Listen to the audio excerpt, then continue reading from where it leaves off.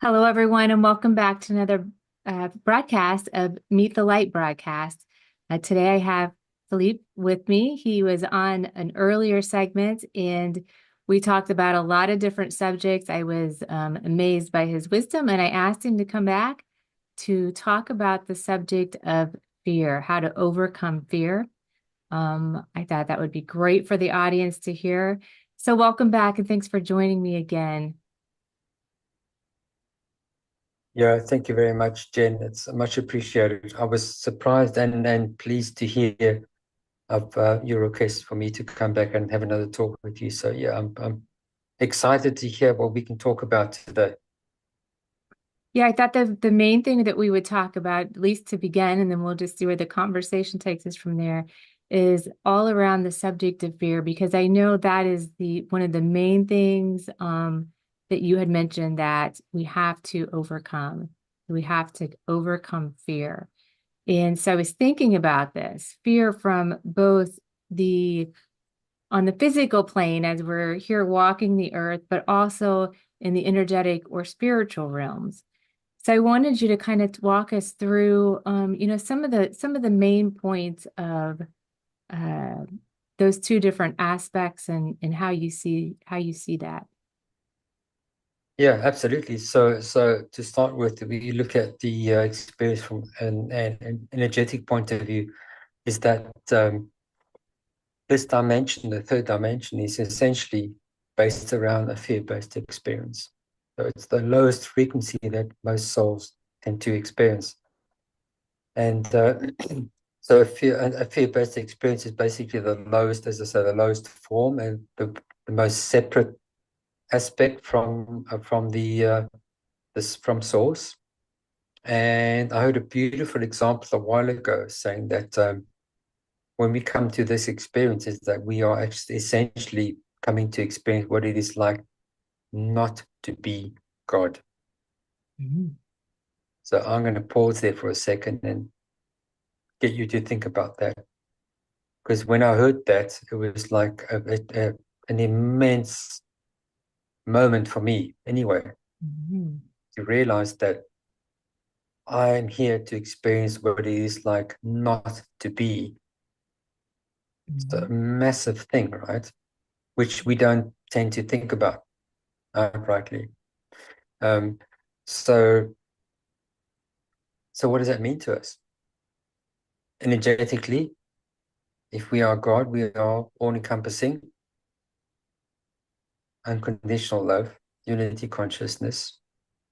And energetically, as we come down through the frequencies to this dimension, we find ourselves in a position where we are experiencing a duality experience, which is like there's left and there's a right.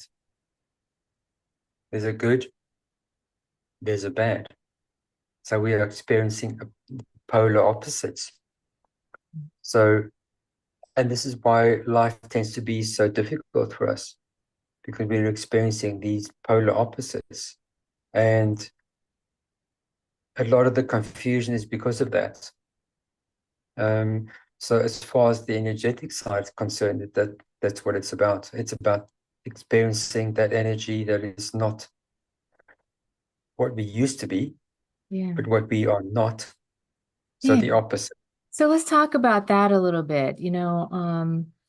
I think a lot of the reasons why we may get into a fear state is because of what we've been taught, what our paradigms are. So we have all of these wonderful, wonderful higher mental faculties that we can use because of our mind. Yeah, And yeah, they're wonderful to use whenever we can tap into them and we can utilize them correctly.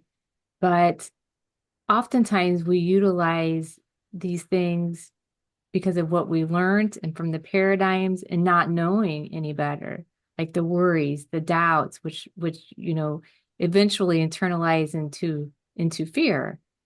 Um, and that's what I see. That's what I see from people. That's what I try. That's one of the things I try to do is educate people is that we're creating that. It's an illusion, right? They say fear is an illusion because we are literally creating that on our own. yeah, absolutely. I agree with you. Um, the example I use is that we arrive in this world, reincarnate, and we are born into this world with a nice blank slate where we arrive with unconditional love, and then we are exposed to experiences that are produced and given to us by our parents primarily. Um, and those slowly become our default experience.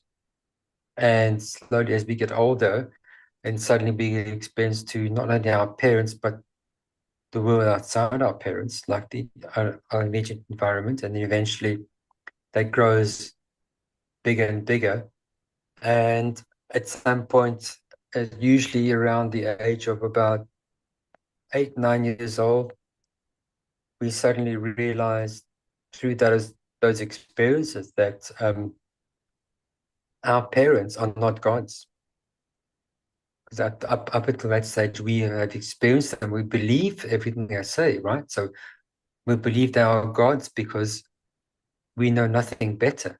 We know nothing different, right? So up until the point where we start to see and to find fault with our parents, with our default, Mhm.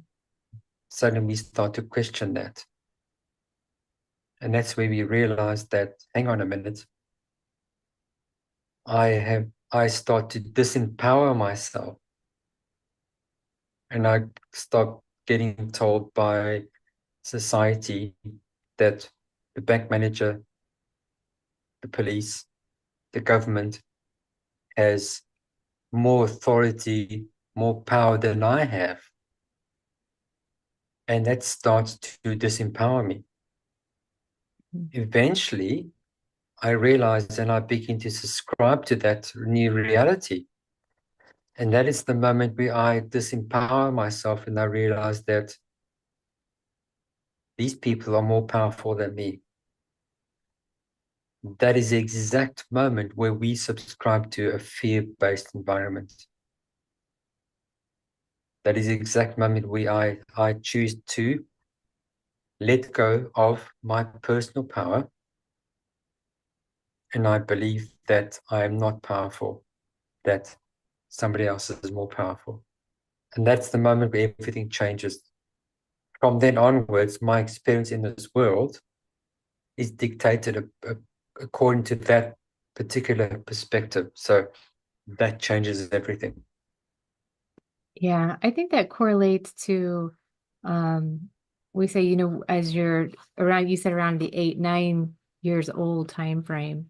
And I hear it from different healing modalities up until about the age 7 or 8, where we leave our uh, subconscious mind wide open. So we're just soaking in everything that everybody's giving us until around that Yeah, time. Then we start thinking on our own, which is yeah, what you've described there. But even that early childhood age, that's whenever we start having these beliefs that are already formed in our subconscious mind, right? So a lot of the things that we have to overcome, we have to unlearn what we've learned in our earlier years, but we can continue to add on to those limited beliefs yeah, just throughout life, right? yeah, yeah. So the tricky part becomes when as we get older is that what do we believe, what we do disbelieve, right? So, Mhm. and before the age of 7, which are the 7 that are recognized as the formative years, are the years where we are in, let's call it indoctrinated, right? Yeah. We are now brought into the world and we are taught how this world works, how this dimension works. So we can tend to ignore that as a default. Anything happening after that, we begin to question. And that becomes the tricky part, is questioning that and how we think that, can I oppose that or not? Mhm. And some people can oppose that or feel they could oppose that, and some people cannot feel that. And that distinction, and really, as I'm talking to you, I'm actually getting download about that. Mhm. Okay, good. that that varies according to different people. according to different experiences, that I might accept that, but not accept that at that particular time. So that's a strange, and it's a weird stage, because it's something that I personally haven't found before. This doubtful stage, as I was saying to you, I'm getting this download where there's this buffer period, and I'm getting the years of 8 and 9. That the year 8 and 9 is the sort of the transition zone, let's call it. That's where you decide. Mhm. After the age of 9 is when you have decided. Okay. And then that sort of sets the format going forward. And then you will then have to choose to go back and go, oh, hang on a minute, that's not right. You know, so there's a buffer period which actually I wasn't personally aware of before. I don't know how you feel about that. Yeah, I was not aware of that either. Um, I do feel like that even throughout life, our adult life, until we start learning to unlearn some of our limited beliefs, is that we continue to put these limited beliefs into our or form these paradigms on our own based on what we pay attention to. So we're deciding, but a lot of times early on, at least in my experience, you just kind of go along with the crowd and what you're being taught and believe in Yeah, that until yeah. you, for me, it was in my 40s where I said, wait a minute, something's not quite right here. And then you really start to think on your own in a big Hang on a way. minute. Hang on a minute. In your 40s, I thought you were less than 40. What's going on here? No, no, I'm not. But yeah, no, I completely get it. And that I think that timeline of the experience, um, that's quite important for people to realize, Mhm, that that particular timeline. And we don't think about it. We think about, oh, I'm turning 30, oh, I'm turning 40, oh, I'm turning 50. mhm, Uh, we think about those things, but we don't realize what those timelines actually mean experience-wise. And that's something that's quite developmental-wise. It's quite something important, right? mhm. Don't know how you feel. I'm sure you've seen that or experienced that yourself. Yeah, yeah, I have. I have. I would say we all go through different experiences. So there's some big beliefs that I've had and I was able to go through a lot on the 3D plane as far as what success would be, until I realized, yeah, a lot of this that I've learned is not really true. It's not really true. So that kind of propels you into a different kind of learning and then Yeah, experiment. Mhm, yeah, yeah. Um, so yeah, I think it's something that we tend to ignore. And mhm, unfortunately, we get lost in this world of being in this world as such, and we don't realize what's happening to us mentally, psychologically, experientially, that certain times of our lives mean certain things, certain experiences. Uh, I think, our 20s tend to be more of an experimental stage where we've learned aspects. mhm, We've rebelled in our teens, and now we're like, well, I'm free, I can do my thing. And now I'm experimenting, and I'm going crazy. And when I get to my 30s, I go, okay, right, so that didn't work mhm, in my 20s. I went crazy, so I'm going to ditch that. I'm going to keep that. I'm going to ditch that. And we tend to consolidate in our 30s, right? And for me, from my experience, from what I've seen, is that that's the main reason why people's spiritual evolution tends to happen in their 30s, right? okay. Because they've gone through that human experience. Mhm, They've eliminated that aspect, and they've gone, okay, so there must be something else, right? mhm, And that's where the spiritual aspect, the spiritual awakening, tends to happen in the early 30s onwards. But that was a while ago. And in the last, I'm going to say 10 years, I found that younger souls or more experienced souls are incarnating, and they are already arriving with that level of awareness. Mhm. It's like myself, my generation, we were like, we had to fight against the system.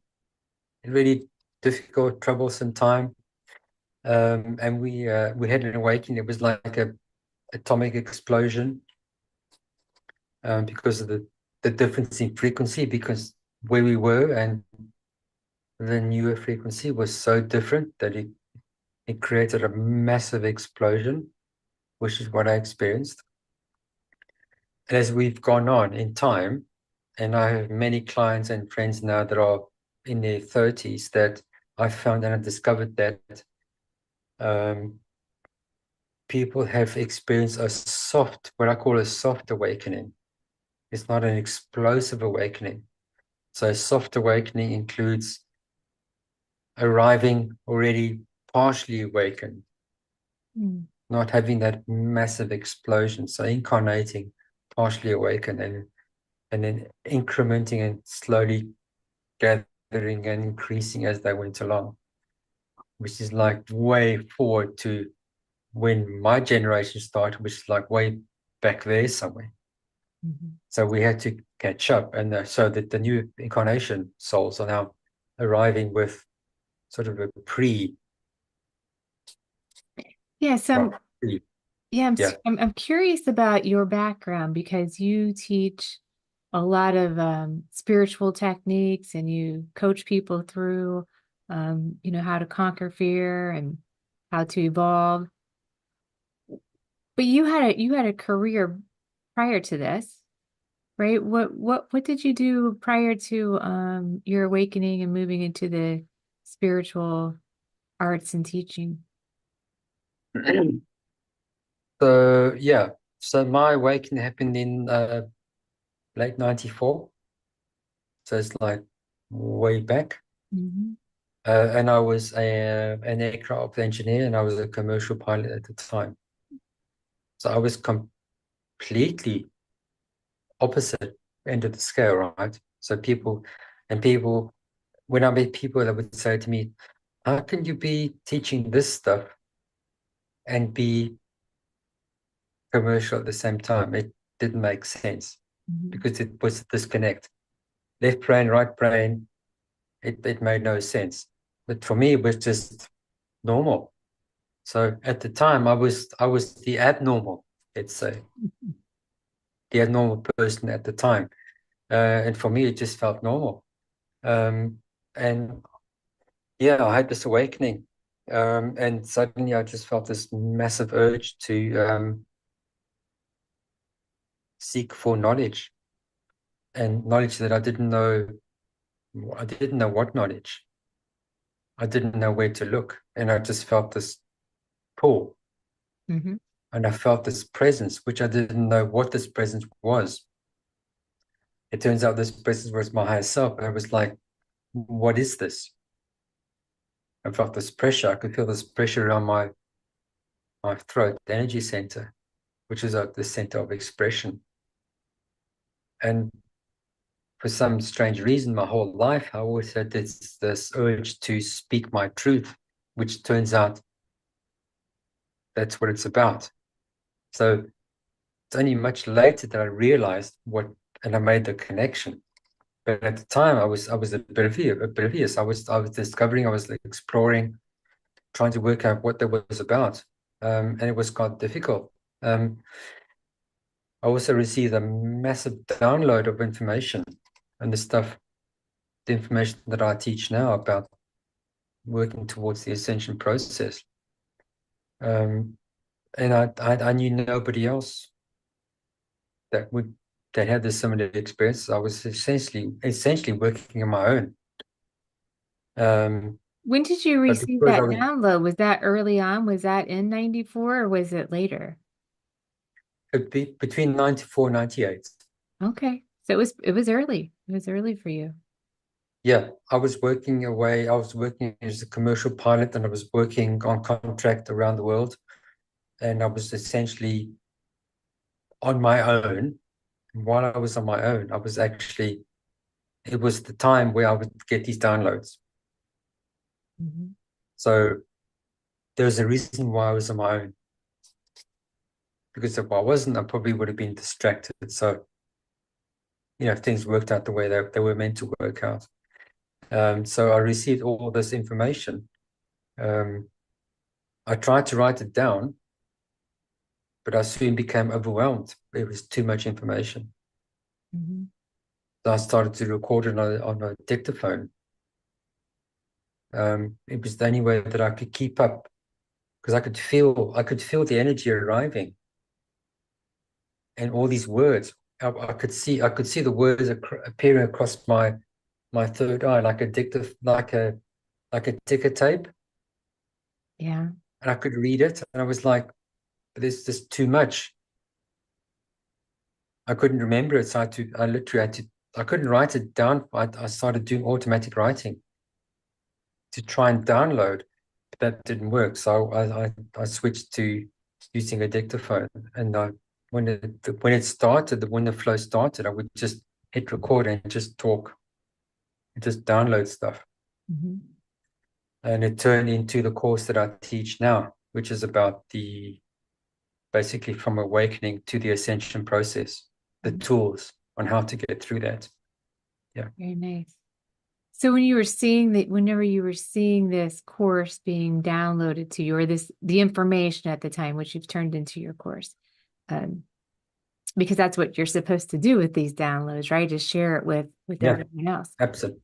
Whenever Yeah. Yeah.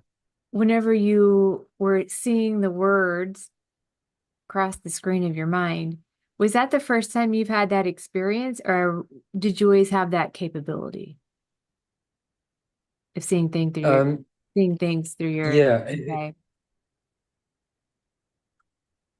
I would say it started generally about 2 years after my initial awakening. My initial awakening was like an atomic explosion.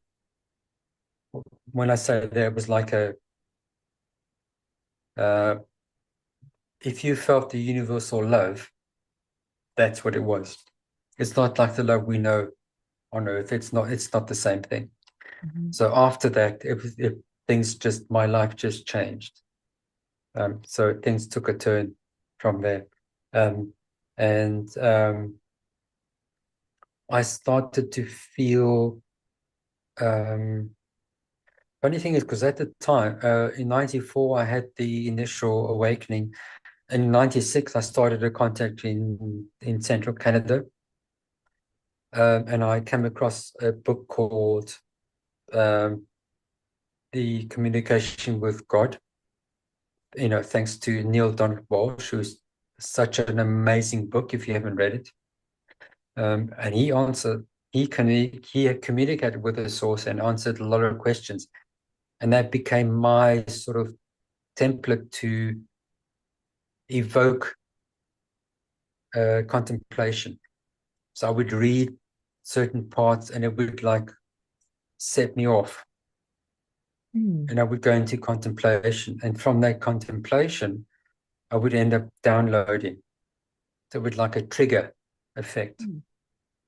So it's because of Neil, thanks Neil, that Mhm. I ended up downloading all the material that I teach now. So it was that aspect, and that started. I discovered his book in '96, his Okay. first book.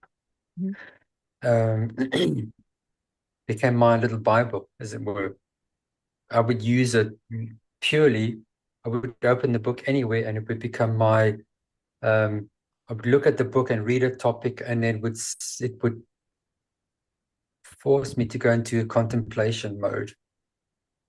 I'd close the book, put it down, and I would just information would just arrive, and I would just write things down. I would talk things.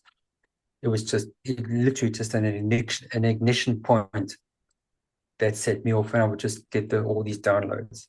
Mhm.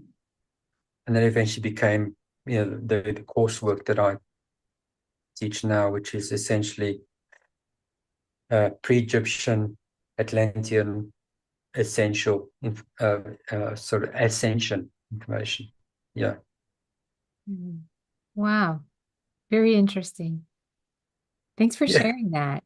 I appreciate it. It's crazy. It's crazy stuff. But for me, it's become, I think, it would do for anybody. It's like, yeah, it's just something I did, Mhm. you know. And for anybody listening, it was like, whoa. But for me, it was just like, yeah, just normal. Yeah. I have not read that book. May have to go check it out. But I have read books that have given me um help with downloads for me. Certain Yeah, more like, geometric figures and geometric frequencies and things like that. So it's amazing what people have out there for us, that can help us along. absolutely. And I say to people that come on my course, and I say to them that inspirational works doesn't mean it has to be spiritual, religious. Anything that anything that sparks that introspective thought, Hmm. that's powerful enough. That's what you need, right? So it doesn't matter where it comes from and which era it comes from, as long as it generates introspective thought, that is what you need. So Yeah, yeah, I get that. yeah. So with fear being the big topic, and I'm assuming was that a lot of your downloads at the time talking about, conquering fear?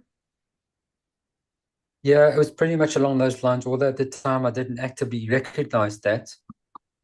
But eventually I sort of tend to see I saw a theme that Hmm. that's what it was. And the initial things were probably similar to what Neil mentioned in his book, was about who God is, what are we are, what are we doing here, what's our destination, what's our cause, what am I doing here, where am I going? It was along those lines, Hmm. but it eventually evolved from that. And I started to connect with sort of beings from other dimensions, and I got other perspectives as well, which helped me to let's say become more uh, not decisive but more neutral. So I could evaluate my perspective and what they were saying and sort of marry up the two Hmm. and sort of understand, and realizing that we're not actually quite that different. Um, it's just a different perspective. Hmm. And the only separating thing, which is what we're talking about, is the fear aspect. Yeah. Because once we eliminate the fear aspect, and my experience since then, later on, is that once you exit this dimension, and I'm not talking about physically, I'm talking about consciously, moving Hmm. your awareness, moving your consciousness outside this dimension, then fear disappears. Because I've spoken to and interacted with, let's call them aliens from all over, and there's never been a moment of fear. It's just been like you and I talking now, he and I, or she and I are talking then. It's the same thing. Is that There's no how, fear. whenever you first had the contacts with aliens, was there fear ever in the beginning and something that you had to overcome, or it was comfortable for you right away? Uh, there was never any fear at all. Yeah. It was um, from the start. There was never something that I personally initiated, personally requested. It just happened. Mm-hmm. And this was after my second awakening, where I had my kundalini experience, and it just expanded my awareness to another aspect.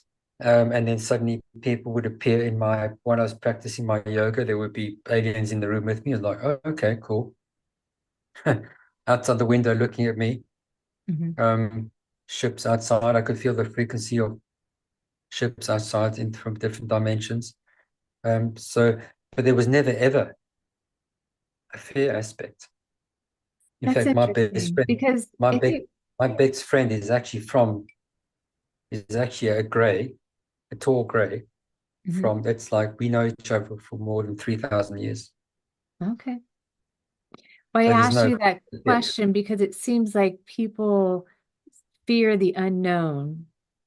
And because that may have been different from your life experience up until that point. I was just curious if there was any little bit of fear. So what would you say to people? What would be a way to, what are some tips? What are some tips for people that they can do to eliminate fear? Well, the only way forward is my master teacher, which is Thoth, which is his original name was Checkwated from Atlantis. He ascended during the Atlantean times, and he was the one that initiated the inception of the Egyptian nation. Is that the only lesson for mankind is to conquer fear. Mhm. Once you conquer fear, everything else is possible. And I can attest to that. If I look at my experience backwards and forwards along my personal timeline, then I can say that, yeah, that's correct. And if we take fear itself and we look at fear, we decide, so where does fear originate? Then we have to look at the concept of cause and effect. So I cause something because of my action, there's a resultant effect. And because I don't choose to look at the cause, I look at the effect only, I forget. And then I look at the next cause after that effect. How can I change that effect? But I forget to look back at what the original cause was. And the original cause is always founded in what was the fearful experience at the time. Mhm. And essentially, that's what the teachings are within Universal Truths, which is what I was taught by my teacher, the pre-Egyptian time, which is like the original teaching. You can conquer fear, you can do away with everything else.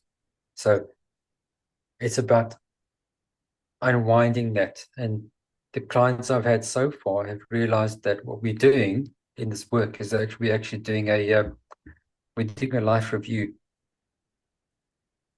A lot of people understand that a life review is when you pass over. You may have heard the story through people that have Mhm. gone through NDEs. We do a Yeah. life review, except now we're doing it in real time. And people might say, so why is that?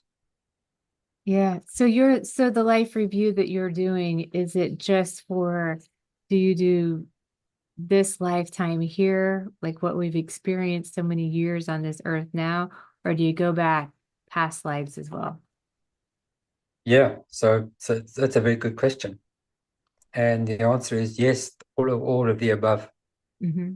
Um, the life review happens now in the physical time. So we have because we are aspiring to raise our frequency levels to the fourth and fifth dimension. All our experiences, all our incarnations are within the third dimension, which is a band. And the only way we can increase and lift ourselves into the next dimension, we have to raise the whole package. Yes. And the reason why you and I are aware of today, now, is because this is the central point of our awareness.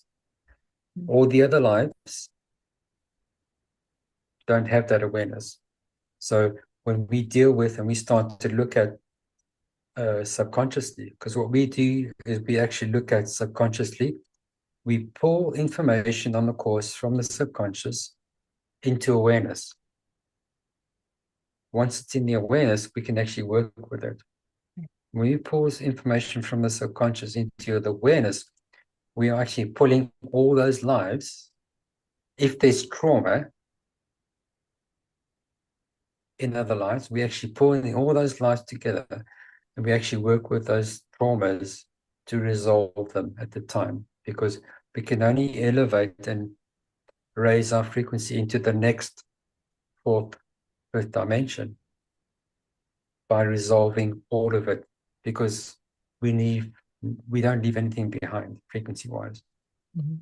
We can only elevate ourselves as a whole, frequency as a soul.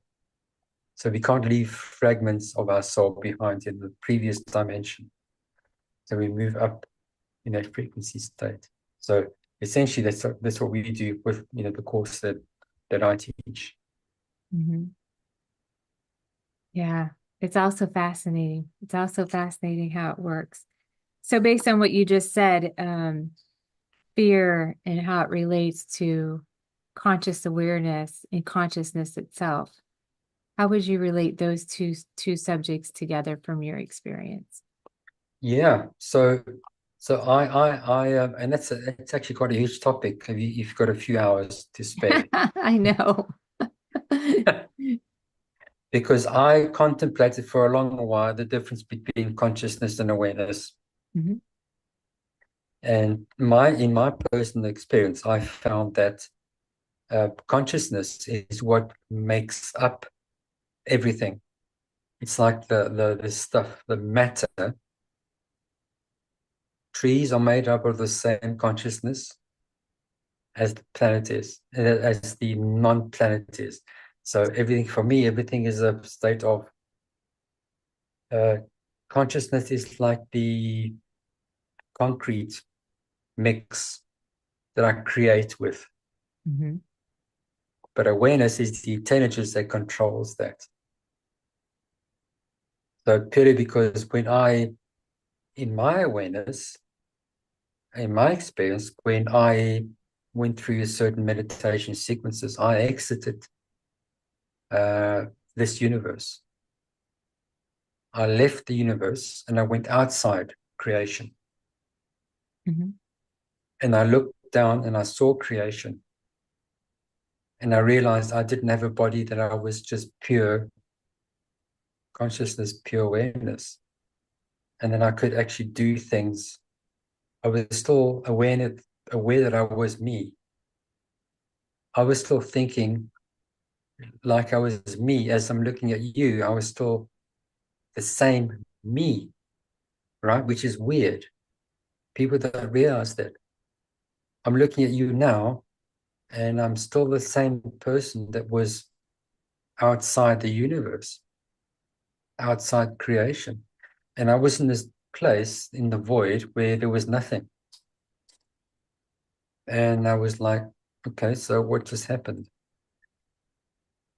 So I looked down, I looked for reference point, hands, feet. There was nothing. Mhm. And initially I was like, whoa, what's going on? And eventually this huge, peaceful state arrived. And I thought, oh, this is cool. I'm going to hang out here. This is nice. I'm not going anywhere. But then I wanted to explore, and the urge to explore, I thought, where should I go? And I looked out in front of me and I saw this huge cloud, burning colors, like a cloudy blues, reds, oranges.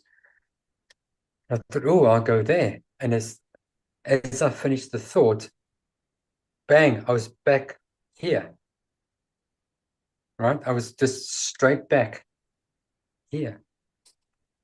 And it took me several weeks to understand and contemplate where I'd been and the transition phase, etc. And I came to realize all these things, and I began to question consciousness, awareness, Yeah. because of I that, have a because of question that before we move experience. on. I have to ask you this. Yeah. Whenever you're saying that you could see creation, you could see creation. Can you describe what it is that you're seeing? Like, what is it that you're seeing when you say you can see creation? So I people might think, oh, I saw buildings and houses, and it was nothing like that. Seeing creation was like an ocean of black, nothing. And in the distance was this cloud of multicolors. And what I sensed, what I felt was that, oh, so this is something that's being created. At the time, I didn't realize that. At the Mhm. time, I was just observing, Yeah. and I was reacting, and I was acting on my purely on my observation. Mhm. And Okay. I thought, because I wanted to, I was there with it. I don't know how long I was there for, but when I was there for a while, it was all dark and was like, okay, so this is getting boring, right? I need something to do because I'm an explorer. I was like, right, so where can I go? What can I do? And then this appeared. I was like, okay, cool. So I'm going to go there because that's me. Mhm. That's my that's my soul. I want to discover. So I saw that. I thought, wow, okay, cool. There's nothing else. I had a 360 awareness of there was just black. So that's the place. That's going to be what creation is. I'm going to go there. So boom. As soon as I made that choice, I was back in my apartment. Um, so it was a bit of a shock, but it took me several weeks to sort of dissect Mhm. and work out and all this aspect, right? It took you a while, um, but it made perfect sense. But I tied that into my teachings from my Egyptian master teacher. If you look at the Egyptian master teaching is about the non-creation and creation, etc. And I tied it all, and I suddenly realized, wow, okay, it makes sense. Where I Yeah. had just been suddenly made sense. So with that experience, whenever you went to the cloud, the creation, you ended up here. And Yeah, because we are, I believe that we are here to create, to create. That's what we're here to yeah, do. So does that correlate with what you think as well? Because when you went to the cloud, you're here. You're here in this nice big creation area, right? yeah. No, so that doesn't do away with the fact that we still create within creation Mm-hmm. because we are all creators. Mm-hmm. As we think, we create. Yes. And I was talking to my colleague in my previous discussion before this podcast where we are actually planning a new course on describing that and showing that. Mm-hmm. So if I create a certain aspect, how it can be visually perceived. Mm-hmm. So this is going to be a new dimension in understanding, which hasn't been done before. And I was like, whoa, this needs to be done, right? So it's in the works. Yeah, But it's very yeah, exciting. so yeah, that creation is a result of the group consciousness. The collective Everybody, consciousness, the the collective. collective consciousness, correct. So, but once you enter inside that, you still have a certain level of creation abilities within that level. So if I choose to not go to work, I've just created something, right? Mhm. But we don't see it that way. But it's a level of creation. There are all those levels of creation that we don't realize because we don't believe in ourselves. So there's all those things that we still need to discover, right? Oh yeah. But when you do have that belief, it can be it can be beautiful. Absolutely. Yeah. Mm. It's amazing. Yeah. Yes. Let's see. So, anything else with fear? Just some that we can some information we can give the audience. One of the Yeah. things, So go ahead. I'll let no, you go ahead. carry on. No, no, go for it. I want some feedback. Go for it. Yeah. Yeah, well, because I work on this as well, helping people through it. And I think it's all about being able to bring it, like you said earlier, to our awareness of what is the cause, or is there some people don't even realize there could be an underlying fear issue, but then you bring that to the Yeah. surface and then heal it. So I think there's a lot of different ways that can be done. Um, Even very practical ways on just in your thinking mind and quieting your mind and really just start writing, if there's a certain issue in front of you, and really, journaling that for yourself. But that's one method. Um, what are some of the methods you use to help people bring that to the surface, bring it into their awareness, which is a great thing because then you can actually do something about it, right? Absolutely. And what you just mentioned, that's a really good starting point. That's a very powerful starting point, is actually journaling and actually writing it down. And the way I teach it is that um, I've I tend to be more forceful and more energetic and more upfront, Mhm. where I don't mess around, let's put it lightly.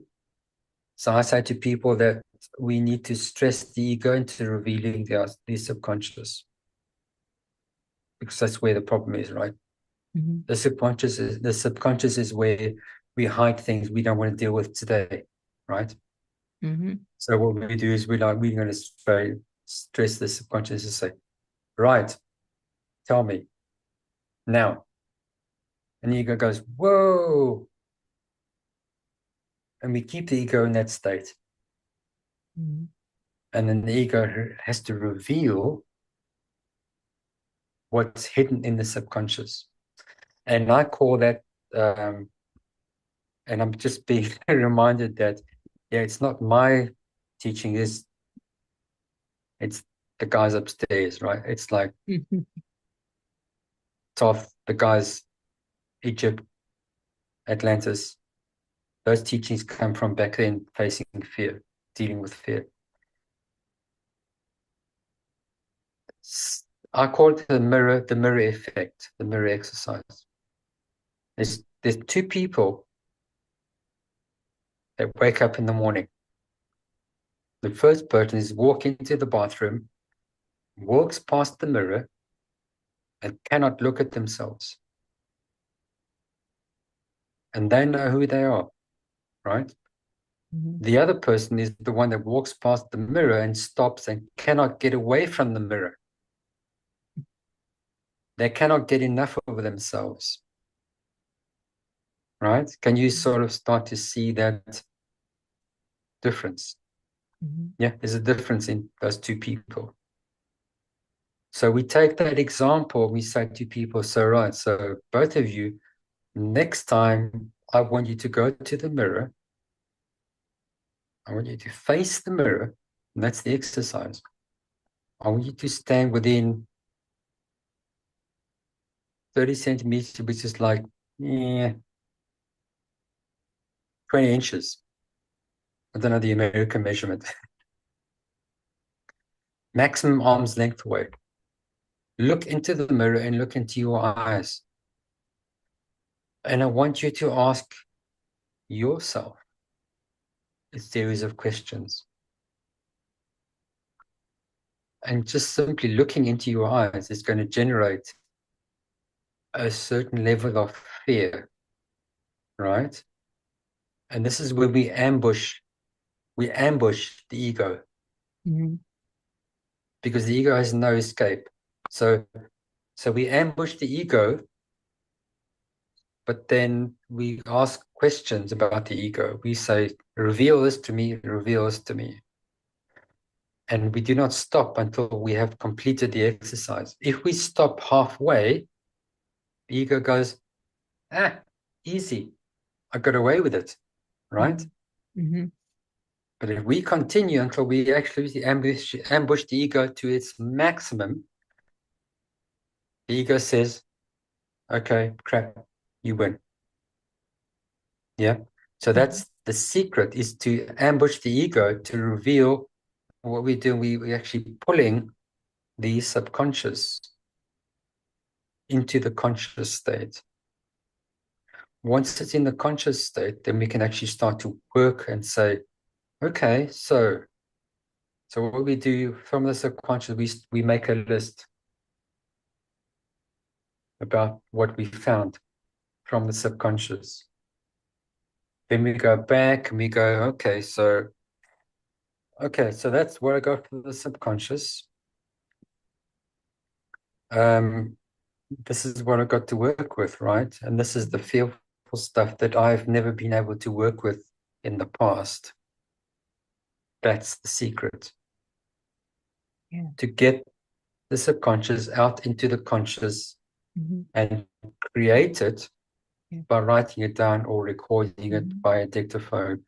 So we want to bring it from a thought aspect into a physical aspect, which is either written or recorded. Then we can work with that going forward. Yeah. And that's essentially the start point Mhm. about facing fear, because those are fear-based experiences. How does fear interfere with the evolution, people's evolution? So we have to switch from looking at normal everyday experience to a frequency-based experience. If we look at a personal physical-based experience, we have to switch from a fear-based to a love-based experience. That's putting it, in a nutshell. But if we're looking at it from an energetic perspective, we have to move from a frequency, which is a fear-based frequency, which is a lower frequency in the third dimension, Mhm. into a love-based frequency, which is a higher frequency dimension that lives above in the fifth dimension, which is a level of acceptance. And I teach a certain module which teaches uh, fear-based is predominantly revolves around judgment. I had a client in Iraq, and I was surprised to hear that Iraq is, in that part of the world, is judgment is like it's the norm, right? Mhm. And when I taught him how to remove judgment, he was like, "That's not possible." I said, "Stick around, I'll show you." And after he's like, "Whoa, I did not realize this was possible," right? That's usually So the when we, last to go, what I've noticed from people. That's usually the last to go. And usually it's the self-judgment. People are harder on themselves, judging themselves. And yeah, that I feel like is very hard for people to let go. Like we can let go of a lot of things. That seems to be the last attachment that we have is judgment. absolutely. Hmm. Yeah. So the easiest way to understand judgment is first to see it as a judgment of the external, yeah, Hmm. judging other people. Once we see the mechanism, we can then turn that mechanism within and go, "Ooh, hang on a minute, there's something a bit weird here. Why am I doing the same thing about myself?" Hmm. Right? So there is that aspect. But what this person particularly struggled with was the fact that judgment it was real. Yeah, there was no other aspect. Judgment, and as he said to me, was judgment is like, but that's normal. And I said to him, but actually, as a European, I look at you, Middle Eastern, that's not normal, right? I had to explain that process first. Hmm. And explaining that process first, and eventually he saw that aspect, and then he was like, oh, wow, I didn't realize that difference, right? Yeah. What I was then able to explain to him after that was that judgment, which the module was called my module in my course is called allowance. If we allow, we automatically do away with judgment. Hmm. because we allow people to be who they want to be. And what people don't realize is that in allowing, it's the first step in unity consciousness, which is the first step in unconditional love. If I allow you to be who you want to be, then I'm not controlling you. Therefore, I'm allowing you out of love, I'm allowing you to be who you want to be. Mhm. So that's the first part of the spectrum of unity consciousness. So allowance is the first aspect. From allowance, we then look into surrender. And surrender is a state of allowance, except we are no longer contemplating, but we are simply observing. We go into observation. And that's a physical exercise that I teach people to reach that frequency level. Mhm. After surrender, we then go to a state of peace, which is a combination of both. After peace, we then enter into unconditional love. And then eventually, after that, on the same spectrum, we get to unity consciousness. So it's on the same spectrum. But we first have to enter into allowance and understand that allowance is the omittance of judgment. Yeah. And that's what this chap in Iraq didn't get. And when he got that, his mind was like, whoa, blown. Yeah. Everyone has the right to be. That's the easy way I Yeah, say it. Everyone has the absolutely. right to be. Yeah, Um, well, we are about at the hour mark already. Seems like it's been pretty 5 minutes. much. Yeah. So I appreciate your time. Is there anything else you'd like to say about some of the subjects we talked about? No, as I mentioned, I'm just grateful that you invited me again onto your show, and I'm really grateful, to gain the exposure. And I'm hoping that people that watch this will gain a certain level of awareness. And if anybody has any questions, then yeah, just reach out either to you or to myself, because that's what you're here for, right? We're here to help people. So yeah, Absolutely. so I'm just any opportunity to gain awareness and to gain exposure and to help people. Yeah, I'm just glad. So, I appreciate your time. Thank you, Jen. Well, thank you. Thanks for joining again. Thanks for your wisdom. Thanks for all the classes you have out there for people. I always enjoy talking with you. So thank you everyone else for joining, and we will be back in a couple weeks with another episode. So thank you.